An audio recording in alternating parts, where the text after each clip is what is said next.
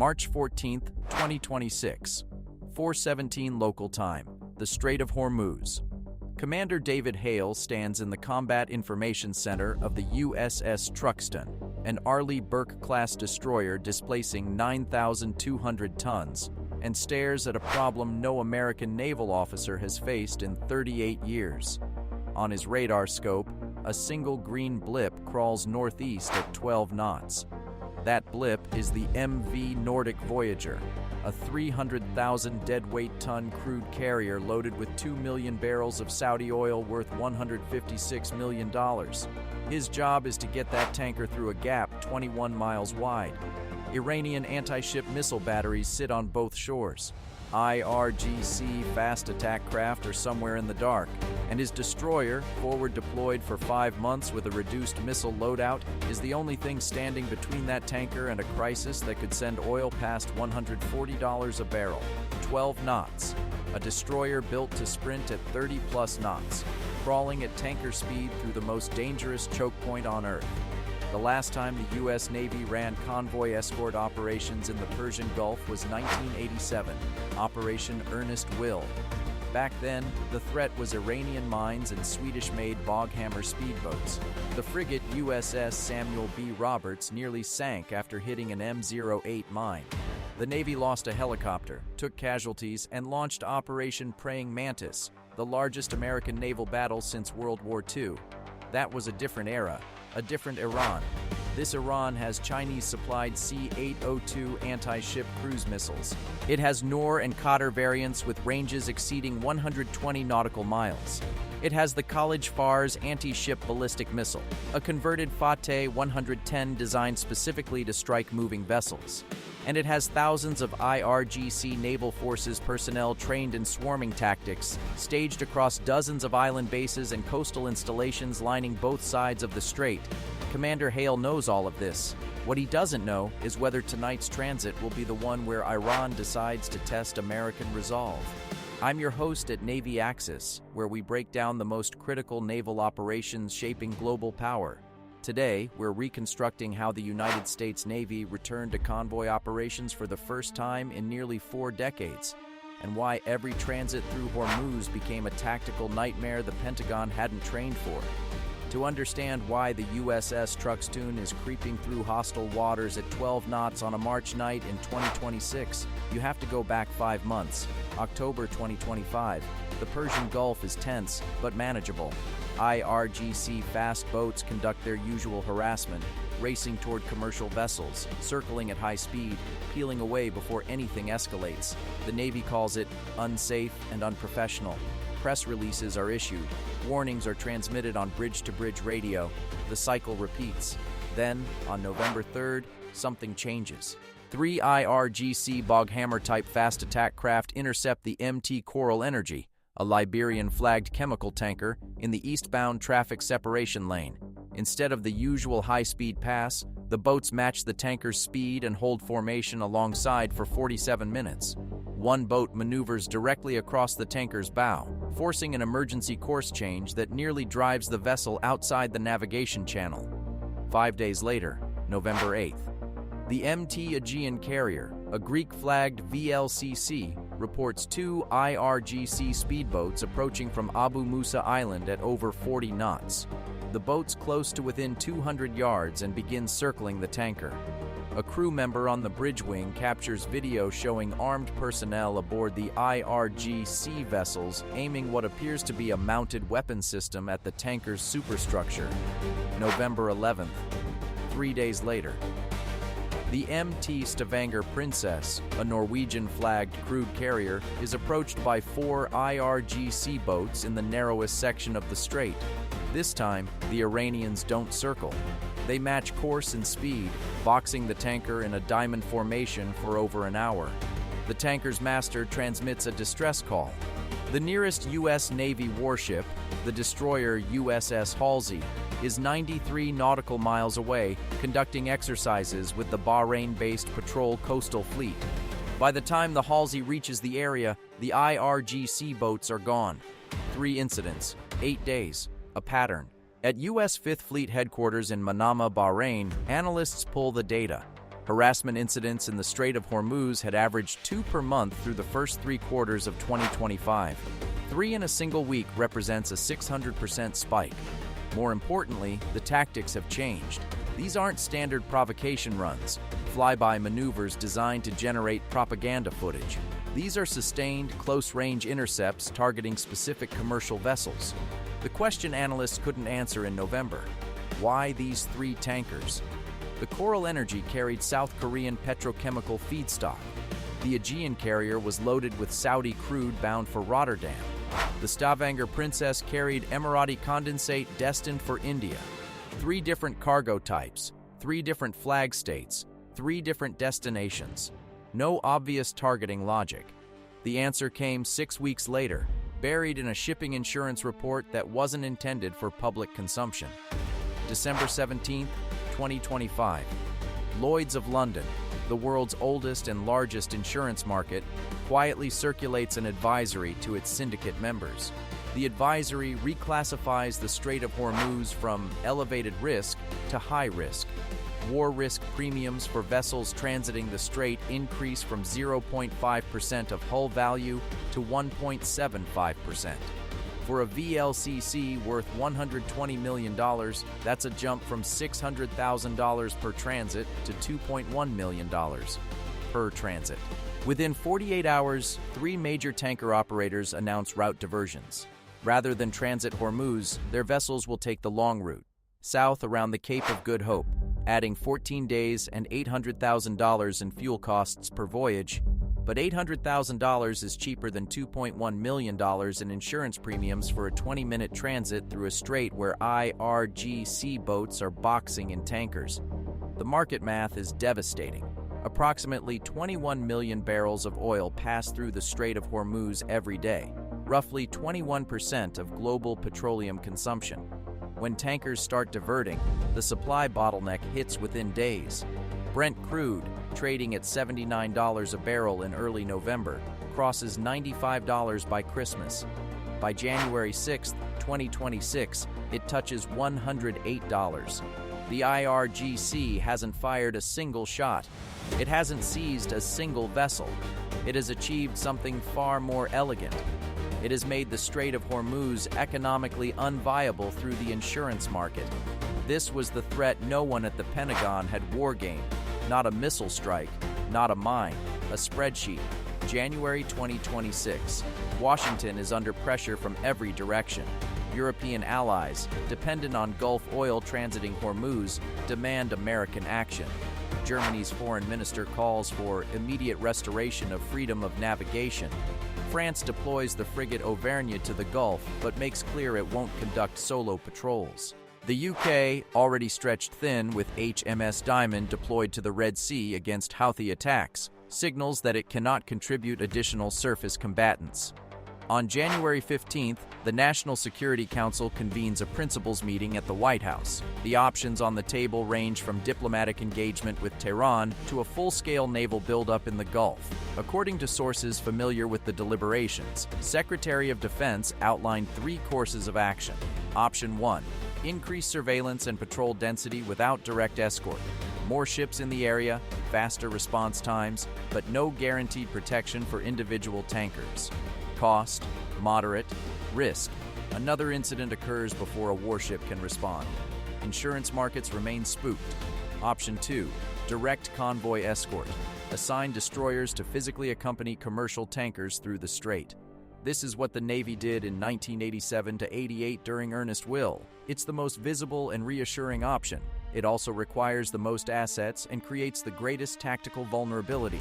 A $2 billion destroyer locked at 12 knots beside a tanker for 3 to 4 hours. Option 3. Strike IRGC naval infrastructure. Destroy the fast boat bases, crater the coastal missile batteries, eliminate the threat at its source. Effective, decisive, and almost certain to trigger a wider regional war. The principals meeting lasts 4 hours. Option 2 wins. On January 22, 2026, U.S. Central Command issues a fragmentary order to Fifth Fleet, establish convoy escort operations through the Strait of Hormuz. Classification, secret. Operational name withheld from this narrative.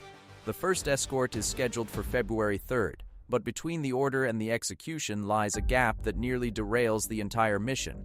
The U.S. Navy of 2026 has 296 deployable ships. In 1987, during Operation Earnest Will, it had 568. The Persian Gulf Squadron in 1987 included a battleship, 2 aircraft carriers, and over 30 surface combatants. The 2026 Fifth Fleet forward presence consists of 1 destroyer, 2 patrol coastal vessels, 1 amphibious transport dock, and a rotating mine countermeasures ship, 1 destroyer, the USS Truxtun, DDG-103, 5 months into a 7-month deployment. Missile loadout, 61 cells occupied out of 96 vertical launch tubes.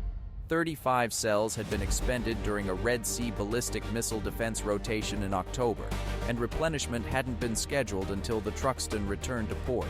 Fifth Fleet requests surge deployments. The Navy redirects the USS Carney from the Mediterranean and the USS Laboon from the Red Sea, but transit times from the Med through Suez to the Persian Gulf take 9 to 12 days. The Laboon, diverted from Houthi missile defense duty, creates a gap in Red Sea coverage that has to be filled by repositioning the amphibious assault ship USS Bataan, pulling Marines away from a scheduled exercise with Jordan.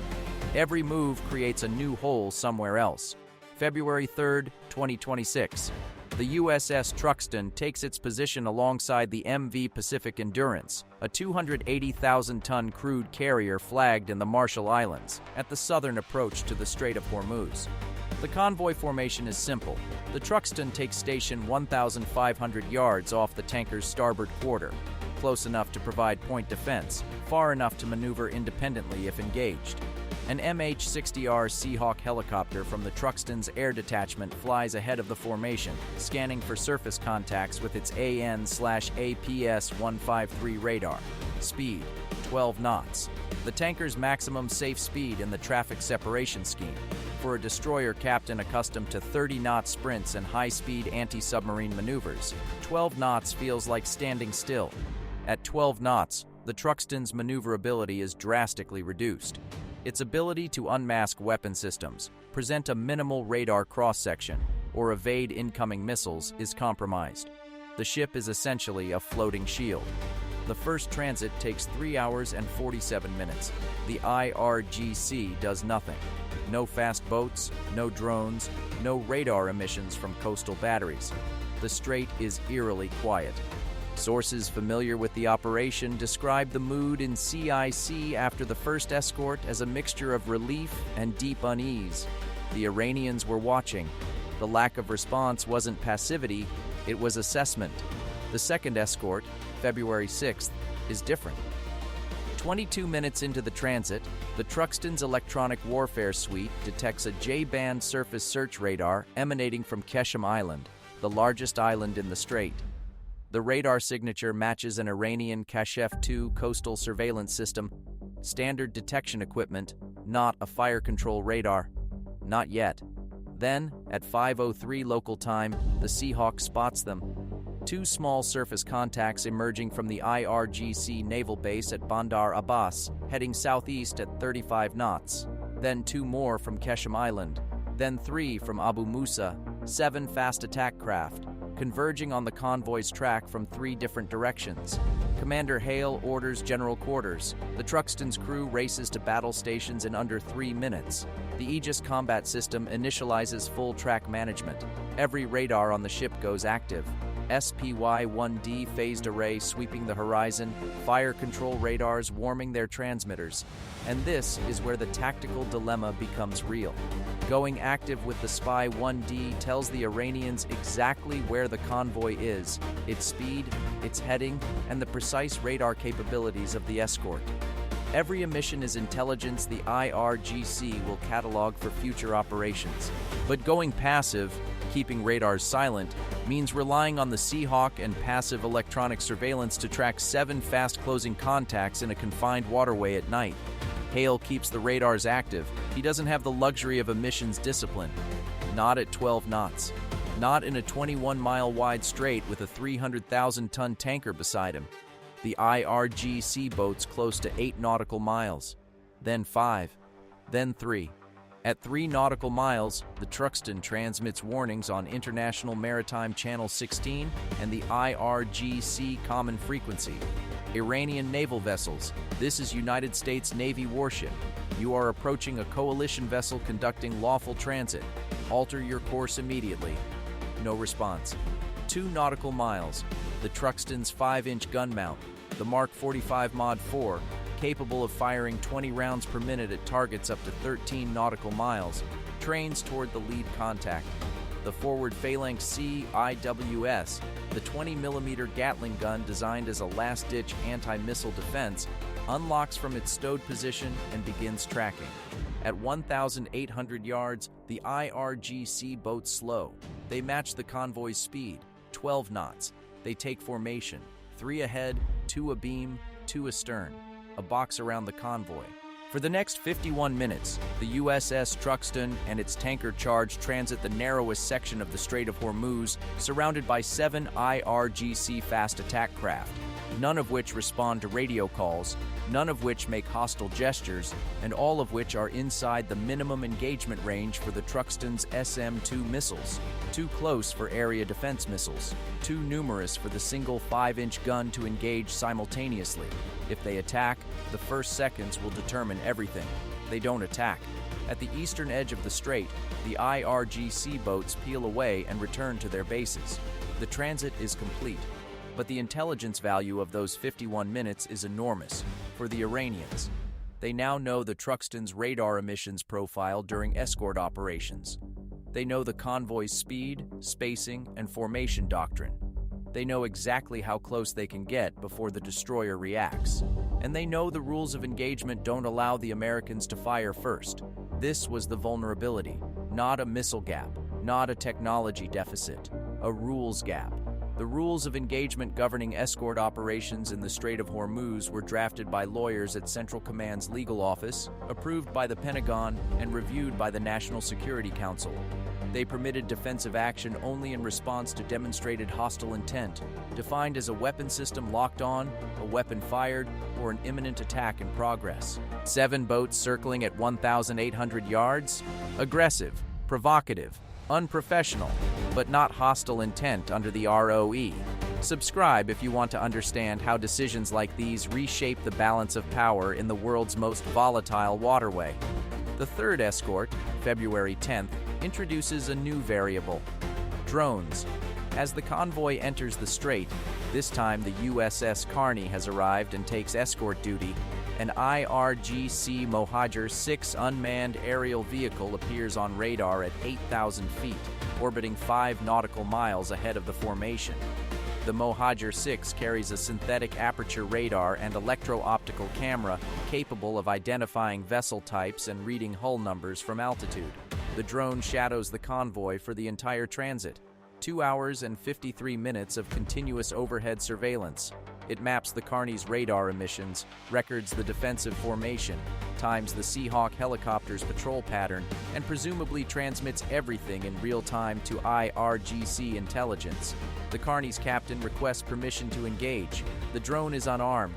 The Mohajer 6 can carry Quime Series precision-guided munitions, but visual inspection by the Seahawk confirms no visible weapons pylons. Shooting down an unarmed surveillance drone over international waters would be legal under certain interpretations of self-defense. The drone is providing targeting data for potential future attacks, but the political consequences would be immediate. Central Command denies the engagement request. The drone continues to orbit. By mid-February, the pattern is established. Every escort transit through Hormuz draws IRGC fast boats and at least one surveillance drone. The Iranians are building a comprehensive picture of convoy operations, timing, formation, radar emissions, helicopter patrol routes, rules of engagement thresholds. Every transit gives them more data. At 5th Fleet Headquarters, intelligence analysts brief a sobering assessment. The IRGC isn't preparing a single large-scale attack. It's cataloging weaknesses for a future operation timed to political advantage.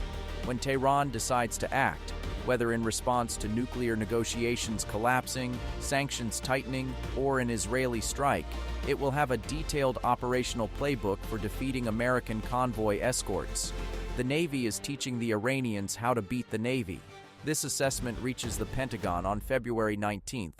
The response is a classified directive that modifies the rules of engagement for the fourth time since convoy operations began. The new ROE permits engagement of unmanned aircraft that demonstrate persistent surveillance patterns consistent with pre-attack intelligence gathering, a deliberately vague formulation that gives escort commanders more room but also more risk. March 2nd, the USS Laboon arrives in the Gulf, giving 5th Fleet 3 destroyers for rotation. The escort schedule accelerates from one transit every 3 days to daily convoys. Insurance premiums begin to drop, from 1.75% back to 1.1%. Oil prices stabilize around $97. Then comes March 14th, the night transit that tests everything. Commander Hale and the Truxtun draw the assignment. The tanker is the MV Nordic Voyager, carrying Saudi crude bound for Yokohama. Nighttime transits are preferred.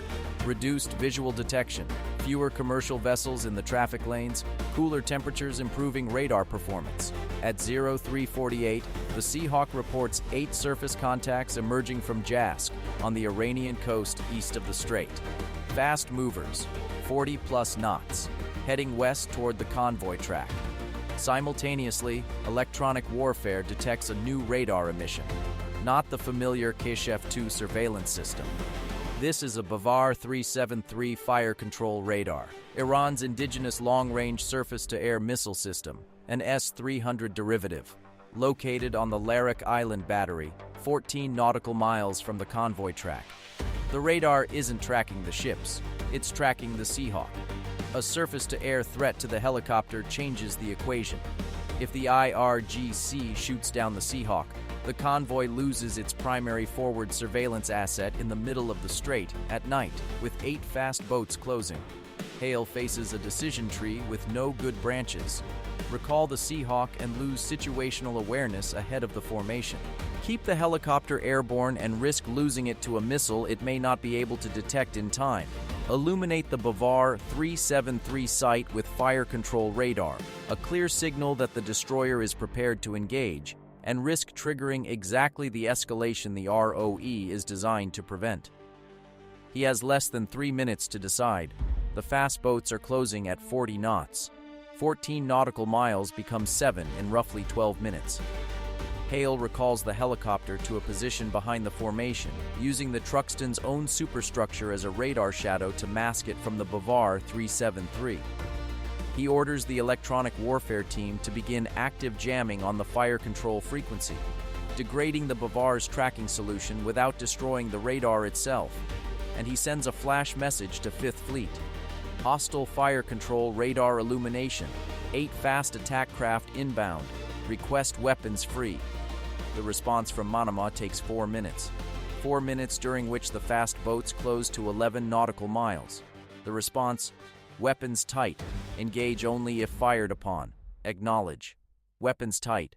Do not fire unless fired upon. At 4:11, the 8 IRGC boats reach the convoy. They don't form the usual box. This time they split, 4 ahead, 4 astern, and begin a series of high-speed crossing maneuvers, racing across the tanker's bow at ranges under 500 yards. Each crossing forces Hale to track multiple contacts simultaneously, saturating the close-in tracking solution and creating moments of confusion in CIC as operators try to determine which boats are turning toward the formation and which are turning away. The Phalanx CIWS tracks autonomously, its radar locking and unlocking on contacts every few seconds. The system is in ready auto, one command from Hale, and it fires independently at any contact meeting threat criteria. But at 500 yards, with contacts crossing rather than closing, the system's engagement algorithms oscillate between track and no track. This goes on for 37 minutes. At 4:48, the Bavar 373 fire control radar shuts down. 30 seconds later, the fast boats disengage, accelerating north toward Bandar Abbas. The convoy clears the eastern strait at 5:12. No shots fired, no casualties, no damage. But the Truxtun's combat systems recorded everything. Analysis of the fast boat maneuvers reveals they weren't random harassment. The crossing patterns were designed to test the Phalanx CIWS tracking algorithms, specifically the system's ability to discriminate between inbound and crossing targets at close range. The IRGC was probing the destroyer's automated defenses, looking for blind spots in the engagement envelope. The Bavar 373 illumination served a dual purpose, threatening the helicopter to degrade situational awareness and forcing the Truxtun to reveal its electronic warfare capabilities by jamming the radar. The IRGC now knows the specific jamming frequencies and techniques the destroyer employs against S-300 type systems. Every escort gives the Iranians more information. Every transit narrows the Navy's tactical advantage. Comment convoy if you think the Navy should change its approach to Hormuz escorts. By late March 2026, the convoy operation has settled into a tense routine. 3 destroyers rotate escort duty. Average transit time, 3 hours. Insurance premiums have stabilized but remain 3 times pre-crisis levels. Oil trades at $94, lower than the January spike, but $15 higher than before the harassment campaign began. The strategic picture is murkier. Allies are quietly asking how long the United States intends to dedicate 3 Arleigh Burke-class destroyers, each costing $2.2 billion and carrying 96 vertical launch cells loaded with missiles worth between $1 million and $4 million each, to babysit commercial tankers at 12 knots. Each day of convoy operations costs the Navy approximately $3.4 million in operational expenses. The ships expend their maintenance hours at accelerated rates. Crew fatigue accumulates. The Pacific Fleet, already concerned about Chinese naval activity around Taiwan, watches 3 of its deployable destroyers tied down in the Persian Gulf, performing a mission that was supposed to last weeks, stretching into months. The Congressional Armed Services Committee requests a classified briefing. According to sources familiar with the session, several members express concern that the Navy has created a commitment it cannot sustain and cannot withdraw from without signaling weakness.